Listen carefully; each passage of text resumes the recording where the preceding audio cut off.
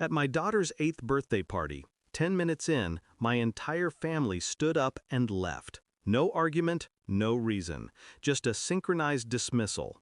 My mother-in-law wiped her hands on a napkin, looked at me with that sterile contempt she'd perfected over the years and said, "We've got better things to do." My wife smirked. "They didn't mean it like that," she murmured, but her eyes said otherwise. My daughter sat frozen beside her cake, 8 candles, unlit. Her fingers twisted the edge of her dress. The silence around her was heavier than the air itself. No music, no laughter, just the sound of the front door closing. I looked at my wife. She shrugged. "It's fine, she doesn't care." But my daughter's eyes said she did. I didn't yell, didn't move. I simply picked up the matchbox, lit each candle one by one, and said, "Make a wish, sweetheart." Her lower lip trembled. She blew them out. Alone.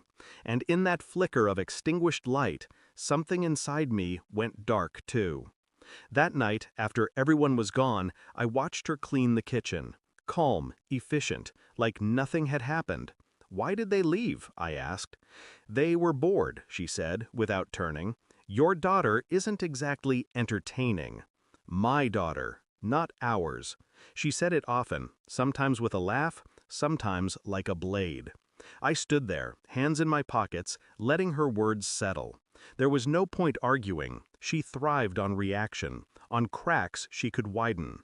Later, I found my daughter asleep on the couch, her party hat still on. The untouched slices of cake sat melting on the table.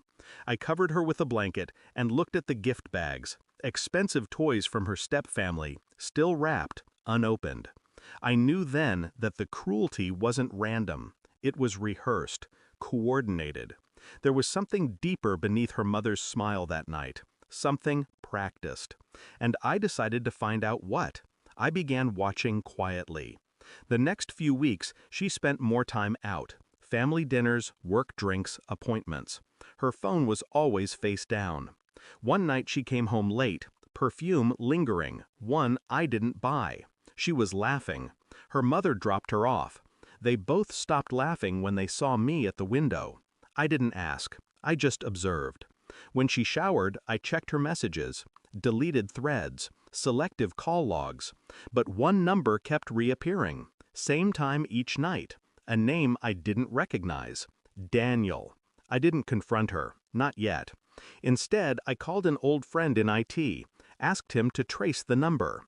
"She's not careful," he said. "It's registered to her mother's address." Her mother's. That's when it started to make sense. The sudden hostility. The way her family looked at my daughter like she was an inconvenience. Like they were waiting for something. Something to fall apart. I looked at the marriage certificate one night, then at the dates. The math didn't add up. A quiet chill crawled up my spine.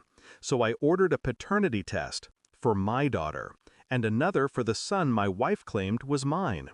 The truth takes time, but it always arrives. The results came 3 days later. I opened the envelope at my desk, the weight of the paper heavier than it should have been. My daughter, mine. My son, not mine.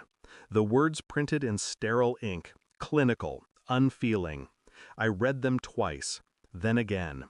Each time it felt less like pain and more like quiet understanding. At dinner that night, she laughed again. "You're quiet," she said. I placed the envelope on the table. She opened it. Her smile faltered. Her hand began to shake. "What is this?" "The truth," I said. She looked at me like I'd just ended her world, and maybe I had. I watched her crumble. No shouting, no violence. Just silence and the soft sound of paper sliding to the floor. The next morning I called her family. Her mother answered. "You might want to come by," I said. "Your daughter has something to explain."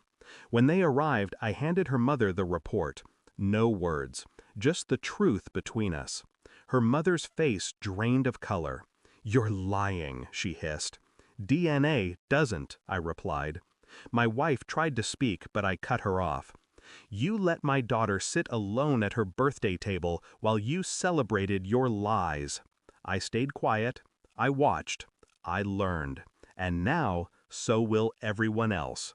I'd already sent copies to her employer, her friends, even her siblings.